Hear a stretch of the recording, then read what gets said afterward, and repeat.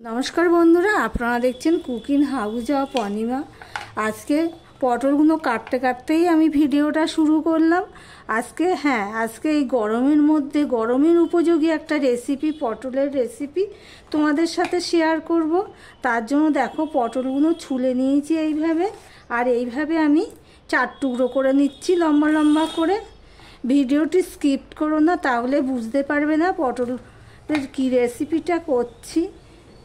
আর যারা ভিডিওটি দেখা শুরু করেছো তারা লাইক দিয়ে কন্টিনিউ করো। এটা আবার দানা হয়ে গেছে, এই দানাগুলো কিন্তু আমি ফেলে দেবো, পাকা দানাগুলো।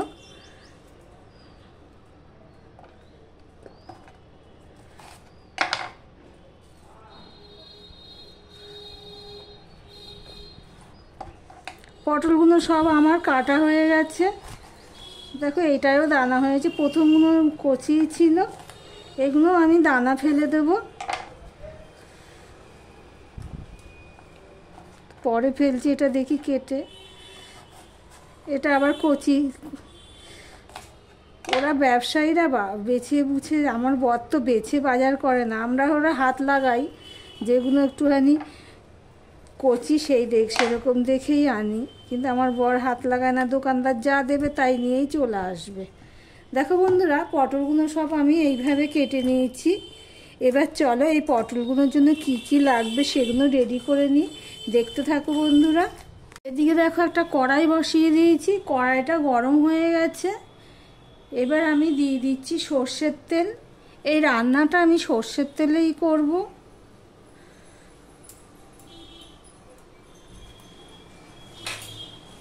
দিয়ে দিলাম অল্প একটুখানি নুন, ঠিক এইটুখানি নুন দিয়ে দিলাম। আর এখানে যে আমি পটলগুলো ধুয়ে নিয়েছি সেগুলো আমি এবার ভেজে নেব। সবার প্রথমে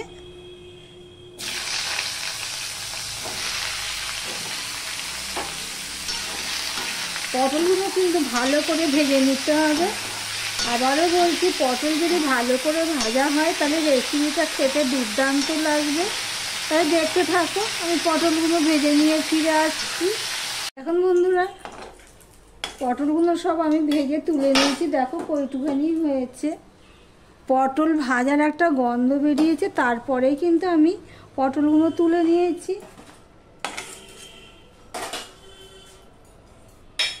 এবার যা তেল আছে তার মধ্যে আমি আরেকটু তেল দিয়ে দিলাম।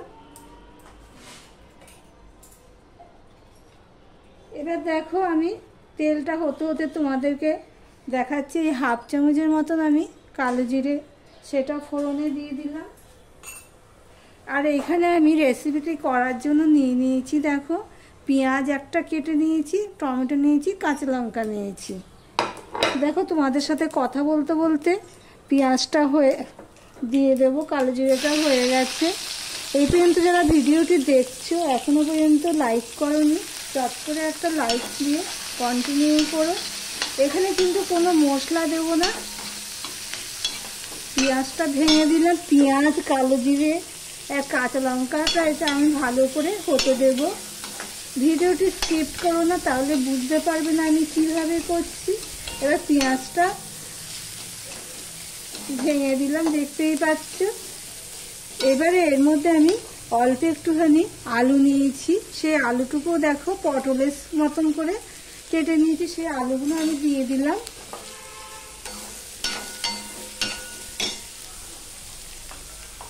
দিয়ে দিচ্ছি 1 চামচের মতন নুন।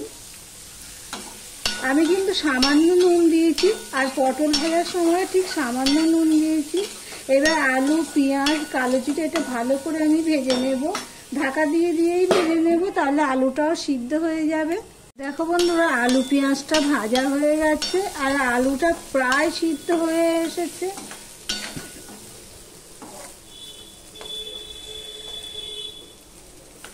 দেখেছো সিদ্ধ হয়ে গেছে, অথচ শক্ত রয়েছে। এই অবস্থায় আমি দিয়ে দিচ্ছি টমেটোগুলো।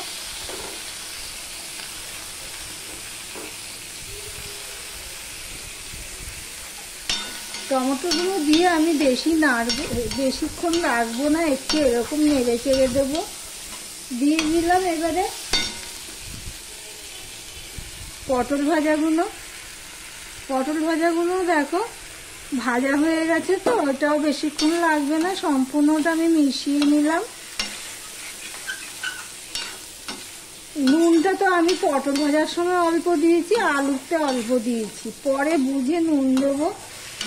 এখানে কিন্তু আমি হলুদ দিইনি, এবার আমি অল্প হলুদ দিয়ে দিচ্ছি। এই হাফ চামচের মতন আমি হলুদ দিয়ে দিলাম। হলুদটা দিয়েও আমি মিশিয়ে নিচ্ছি, দেখতেই পাচ্ছ। এই পর্যন্ত যারা ভিডিওটি দেখছো লাইক কমেন্ট শেয়ার করে দিও, আর যারা নতুন বন্ধু ভিডিওটি দেখছো সাবস্ক্রাইব করেনি তাদেরকে বলবো সাবস্ক্রাইব করে পাশে থাকার জন্য। টমেটোটা কিছুটা নরম হয়ে গেছে, কাঁচা গন্ধ চলে গেছে। এই অবস্থায় দেখো আমি পোস্ত বেটে নিয়েছি। পোস্তটা আমি সব দেবো না, যতখানি লাগবে ততখানি দেব।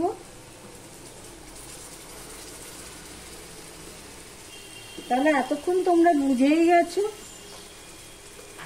এবার মিক্সি ধোয়া জলটাও আমি দিয়ে দিলাম।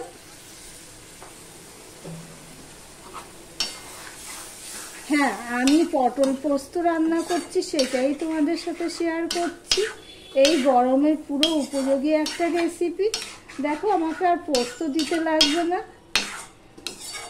এবার আমি এটা ঢাকা দিয়ে রান্না করে নেব লো টু মিডিয়ামে দিয়ে। আমি রান্না করে নিয়েছি প্রায় 3 মিনিটের মতো। নুনটা কম হয়েছে, তাই আমি এখানে আরেকটু নুন দিয়ে দিলাম। নুনটা খুবই কম হয়েছে।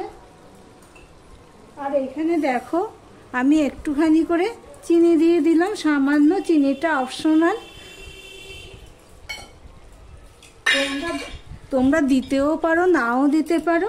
এবার দিয়ে দিচ্ছি 1 চামচের মতন কাঁচা সর্ষের তেল, দিয়ে সম্পূর্ণটা ভালো করে আমি মিশিয়ে নেব। দেখো তরকারিটা দেখতে কি ভালো হয়েছে। মশলা ছাড়াই তরকারি, শুধু পোস্ত বাটা দিয়েই করলাম। এবার আমি চিনিটা দিয়ে আমি একটুখানি 1 মিনিটের মতন রান্না করে নেব। দেখো একদম শুকনো শুকনো তরকারি, রসা রসাও না ঠিক।